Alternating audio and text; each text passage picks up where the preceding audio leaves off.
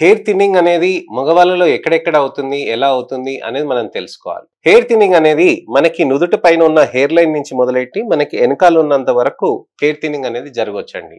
ఇది 40 ఏళ్ళు 45 ఏళ్ళు దాటినాక ఎప్పుడైనా రావచ్చు. యూజువల్ గా యంగ్ ఏజ్ లో రాదు. కానీ ఇప్పుడు కరెంట్ ట్రెండ్ ఏంటంటే మేము చూస్తుంది అప్రైజ్ అంటే ఎక్కువ అనేది మేము యంగ్స్టర్స్ లో కనిపిస్తుంది బట్టతలలో. మేల్ ప్యాటర్న్ బాల్డ్నెస్ అనేది మనకి హెయిర్ థిన్నింగ్ అనేది యంగ్స్టర్స్ లో 15, 16, 14 ఏళ్ళకి 12 ఏళ్ల బాబుకి కూడా నేను చూశాను.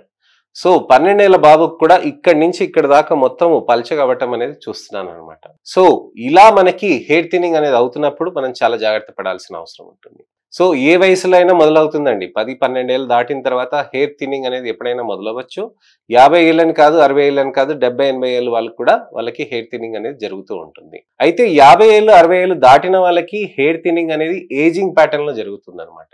కానీ ఒకవేళ ఇక్కడి నుంచి ఇక్కడి వరకు ఎప్పుడైనా కానీ వేకెంట్ గా అయింది, మనకి ఇక్కడ మొత్తం స్పేస్ ఓపెన్ అయింది అని అంటే మాత్రం అది బట్టతలకి నిదర్శనం. సో బట్టతలకి మనకి ఏ విధంగా వస్తుందనేది నేను చెప్పానండి. అయితే మగవాళ్ళలో ప్యాటర్న్స్ ఎలా ఉంటాయి, ముందు నుంచి వెనక్కి వెళ్తుందా, వెనక నుంచి ముందుకు వస్తుందా అని చాలా మంది డౌట్ అవుతూ ఉంటారు. వెనకాల వర్టెక్స్ మీద అంటే ఈ భాగంలో మనకి ఇక్కడ అనిపిస్తుంది కదండి, అక్కడ ఆ భాగంలో పల్చగా అవుతుంది అని అంటే దాన్ని బాల్డ్నెస్ అని అంటారనమాట.